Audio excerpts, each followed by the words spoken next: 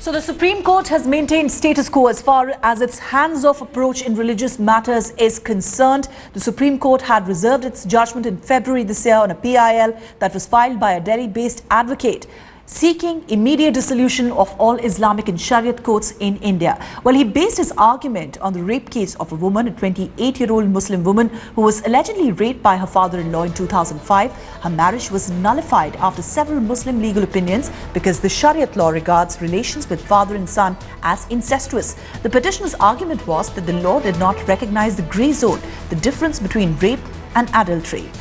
Today, however, the Supreme Court had two crucial observations to make.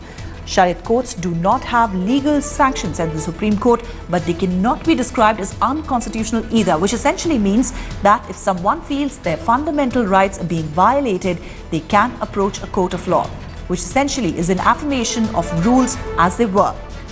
And the other point made in today's Supreme Court ruling, well, the court said that a fatwa must be issued only when the concerned party, not a third party, as in the Imrana case, approached a Shariat court like Darul Qaza and Darul Ifta. What this means is that a Shariat court can issue a fatwa only if approached willingly, and that too will not be legally binding. The only difference now, as stated by the Supreme Court, is that only a person who is directly related to a grievance can approach a Shariat court. That these fatwas, these Darul Qaza or whatever name they are called, or Darul Ifta, they have no legal sanction. Therefore, it can't be said that they are running parallel judiciary. And they have cited the case of Imrana. They said it is an eye-opener. Therefore, the fatwas cannot be given by asking for only by a stranger. In this case, the fatwa was obtained by a journalist. They have said fatwa can be given only when the concerned party approaches. This is they have streamlined the procedure, and they have not declared that the Shariat courts are unconstitutional or they cannot run. The writ petition was that these should be stopped from running parallel judiciary. Court said they are not running parallel judiciary, therefore that cannot be stopped, and they have not allowed the writ petition, they have disposed it off. Well, going back to our top story, the Supreme Court ruling today in which it said that Shariat courts do not have legal sanction. We have with us right now Vishwalokan Madan. He was the petitioner in this case. I want to know from you your first reaction. You had moved the Supreme Court, you had sought that these courts, the Shariat courts, should be deemed unconstitutional. But the Supreme Court has stopped short of that. It has said they do not have legal sanction, but they will not be described as unconstitutional. Well, I have yet to see the text of the judgment, but that was, I do not know what stand has actually been taken against as regards the constitutionality, but the Honorable Judge, yes, did say that the Shariat courts do not have any legal sanctity. So, and then my relief that I had sought the relief of getting these courts disbanded and diffused.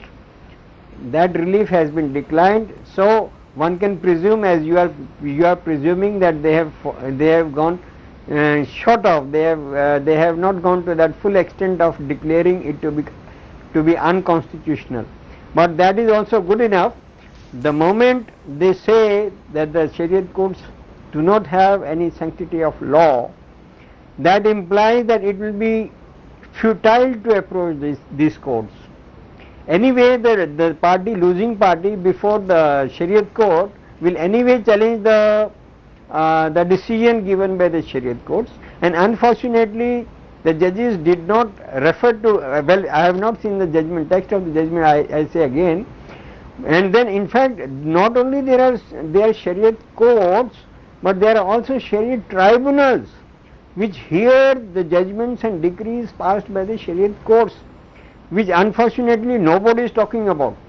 So this right, in fact was a parallel judiciary, this is in fact a parallel judiciary, but well, of course the judgment says that since it does not have sanctity of law, the good meaning people, understanding people will never approach these Shariat courts, and if the number of people approaching the Shariat courts that goes down, that in itself will imply that there will be no utility of approaching the Shariat courts, and impliedly I can feel happy, I can compliment myself by saying that yes, this amounts to making them redundant.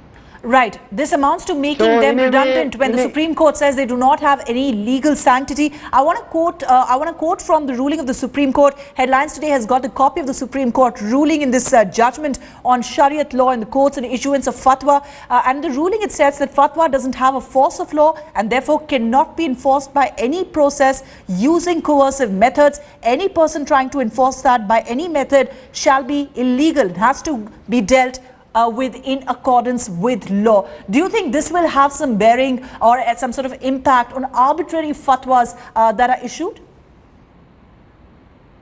Of course, it will have a bearing, but unfortunately, we do not understand the ground realities. Those people, poor people, who find it difficult even to reach Delhi, how will they come and challenge the fatwas? I do not know.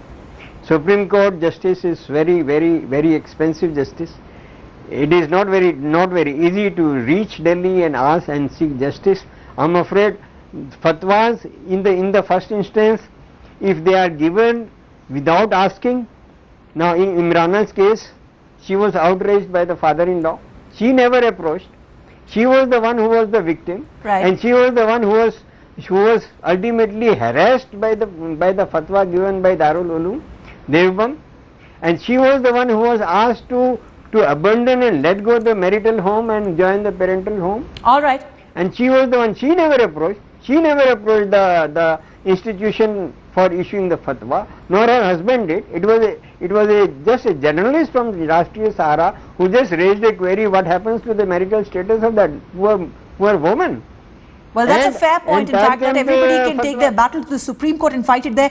Just taking a short reaction, some of the clerics, Muslim clerics, have reacted, and I'm quoting from a PTI report which mentions Khalid Rashid Farangi, a known Muslim cleric, responding to today's Supreme Court ruling, and he has said that some of the matters pertaining to Muslims related to nikah, talaq, zihar, lian, kula, all these matters have to be dealt in the light of Muslim personal law. Do you think today's ruling of the Supreme Court may once again reignite this entire debate that has been taking on Uniform Civil Code?